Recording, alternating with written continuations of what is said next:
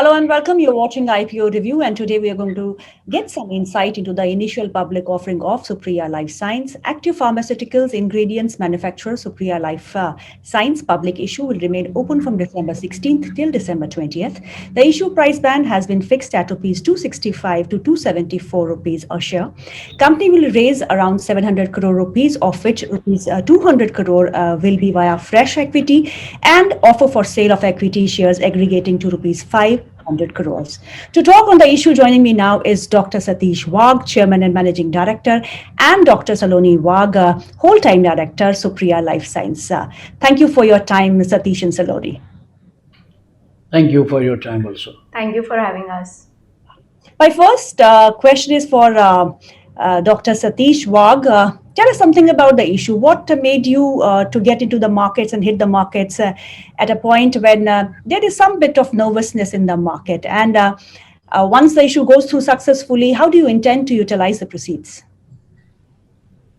See, Supriya Life Science was floated by me in 1987. It's almost 34 years have been completed. I have a passion towards the industry.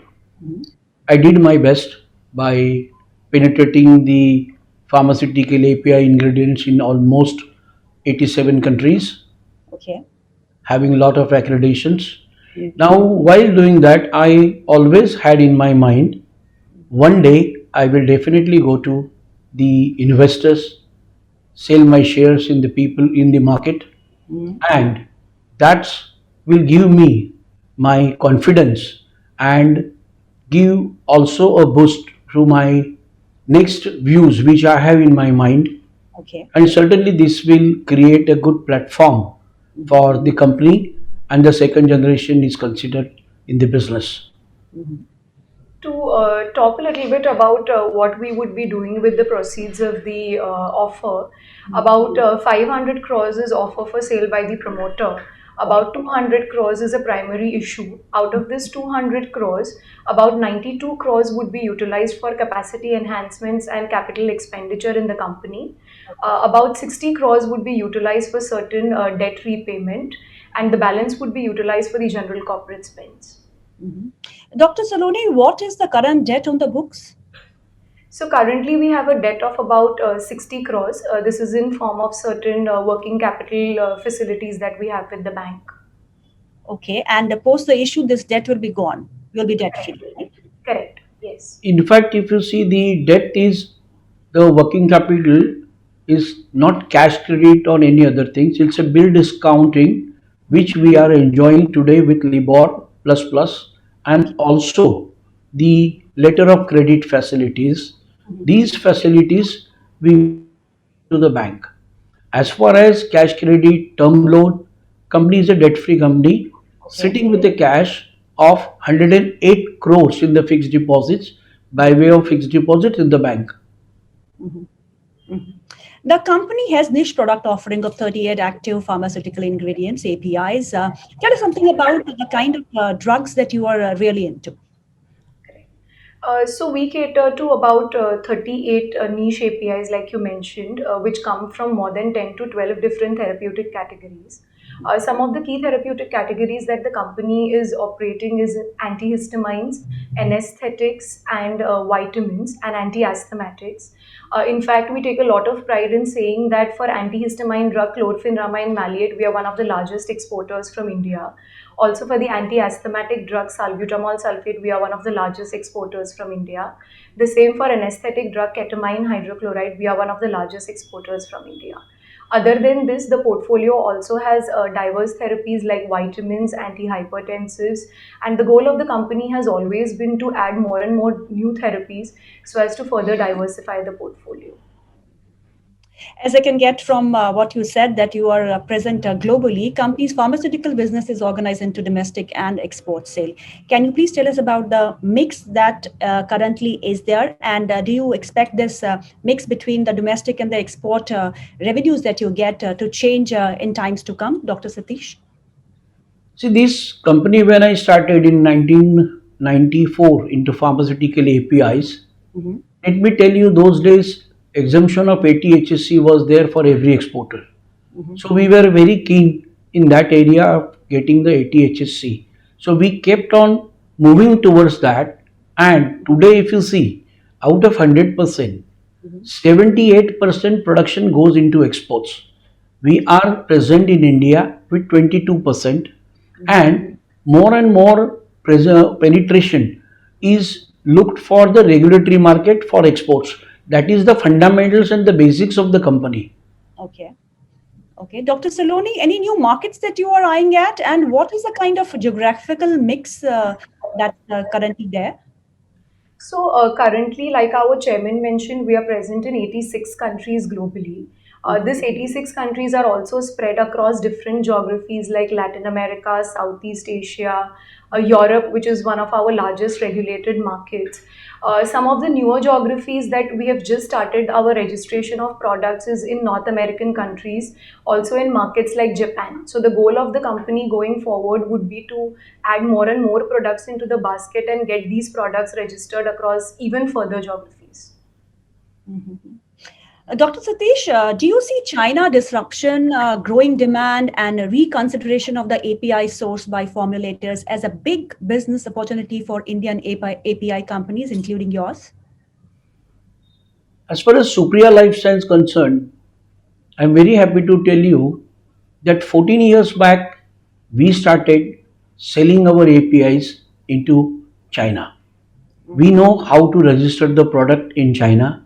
We Okay. have globally, when we were sourcing our intermediates, we were also sourcing some intermediates from China, and I used to travel to China from 1994. Mhm. While traveling, I could understand there that Chinese were always asking the chlorpheniramine maleate, and this was a great news for me. When I used to interact with them, they used to tell me that they have large formulation sites which cater all over the world on tender business. So we started looking at chlorpheniramine maleate registration and successfully registered chlorpheniramine maleate, and today penetrating chlorpheniramine maleate into China. Due to penetration of chlorpheniramine maleate and the friendship which we have, many more Chinese are approaching with many APIs, and those APIs now currently are almost 8 APIs which we are registering in China. Let me tell you, registration is a very difficult task in China. The cost of registration with Chinese CFDA, that is today known as NMPA, is 1 crore as fees, and 1 crore goes with the translation. It takes almost 4 to 5 years, but after 5 years, once the product is registered, the market is open, and when the market gets open in China, I'm sure everybody will understand the large market all over the globe will open. This is how we have been penetrating more and more APIs into China, and we are happy that we successfully can penetrate and sell the APIs in China. Dr. Saloni, what has changed post COVID crisis? I mean, we are still going through the COVID crisis. So, what has changed for the company? So, for the company as such, I would say that there has not been any impact of COVID. For the company, the last 5, 6 years that have been transformational in terms of the turnover as well as bottom line are purely driven by us focusing on penetration into more regulated markets. One of the key strengths of the company that I would like to highlight here is the backward integrated business model that we have. We produce all our products right from the basic stage. So today also we are not relying on advanced intermediate sourcing or any N-1 sourcing from imports across the globe, especially China. So in that sense, I would say that COVID has not had any major impact on us as a company. Dr. Satish, a strong research and development capabilities the company has. So, what is the kind of spend that goes into R&D, and how do you expect this vertical panning out for the company? So currently, about 0.8% of the total revenue that we are generating is spent towards R&D efforts.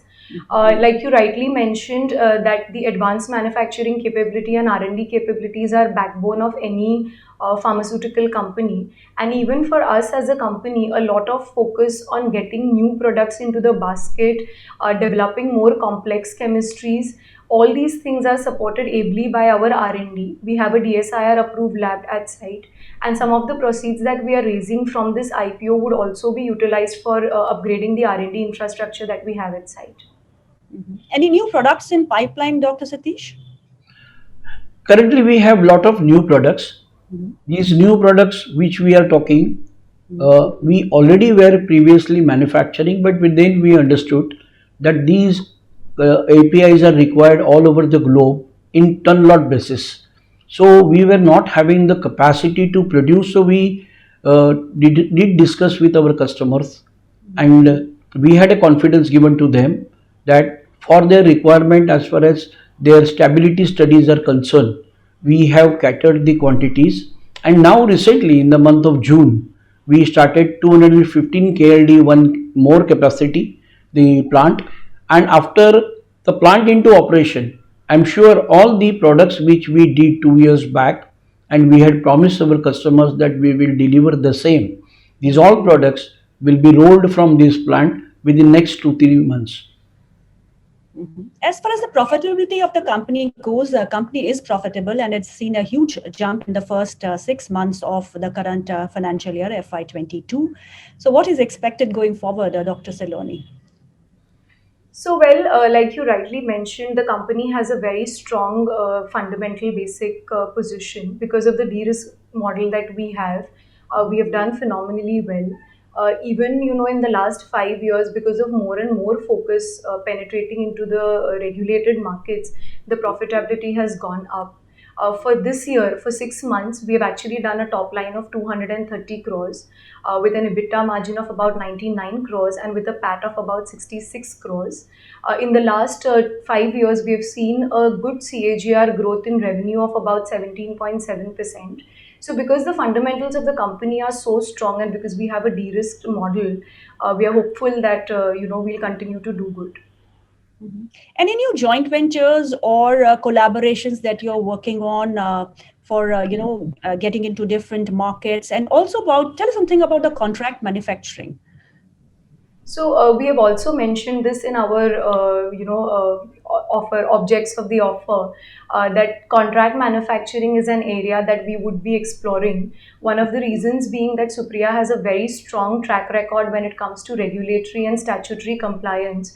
So we would be the right partner for a lot of these global companies. Also, the company is 3-time USFDA approved. We have accreditations from Health Canada and other regulatory authorities.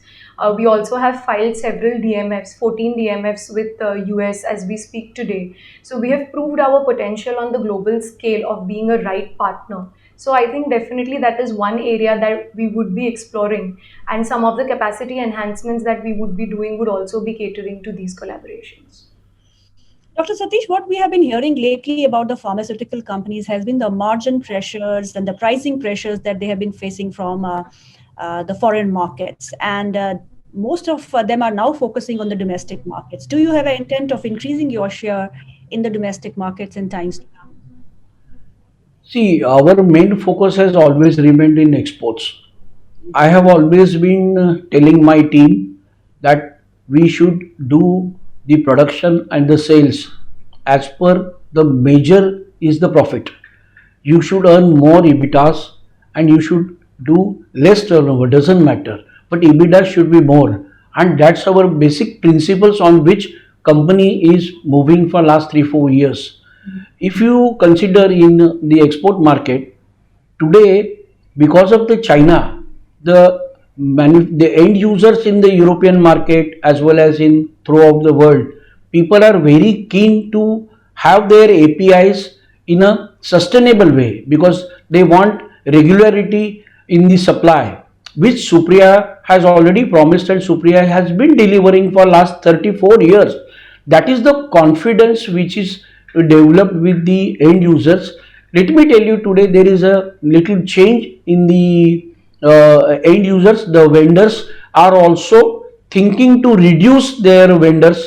The end users are want to reduce the vendors, and they should consider the right partners who are regularly being giving the raw materials, the finished products, etc.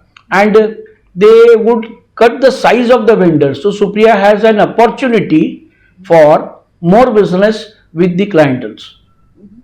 What is the EBITDA margins that you're working with, Dr. Saloni?